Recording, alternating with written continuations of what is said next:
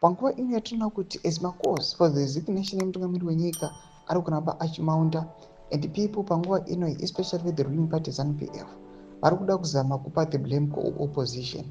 Panguva ino pari kuona kuti voices they are rising up from their own party, the ruling party ZANU-PF, achita against mutungamiri wenyika. Now they are finding ways yekuda kuisa the blame on Advocate Nelson Chamisa. Sana pina mashoko anoda togopana pa na Chamisa's lawyer Tawani Mupofu achidefend Advocate Nelson Chamisa panguva ino kuti vasubscribe like vatonda bell icon.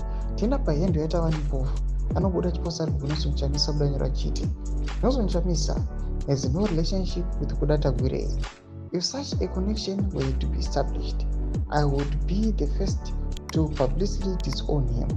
Furthermore, contrary to speculation, Chamisa is not a member of any SDA prayer group, and no such platform exists as affords him the opportunity to meet in prayer with Tagwirei or any purpose. In fact, Chamisa is not a Seventh-day Adventist. Ndomashikwambira tukapana apana Tawani Mupofu achiti aiwa hapana a direct link iripo pakati paAdvocate Nelson Chamisa na kuda kwashe Tagwirei.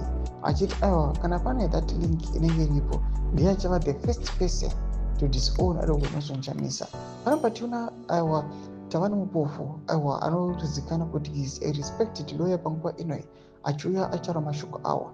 Zvinoratidza kuti aiwa this guy zviri kutomubata-batawo azotofara nazvo, zviri kutomubhowa mashoko ari kufambiswa nevakomana regime vachida kuzama kuda kudiscredita Advocate Nelson Chamisa.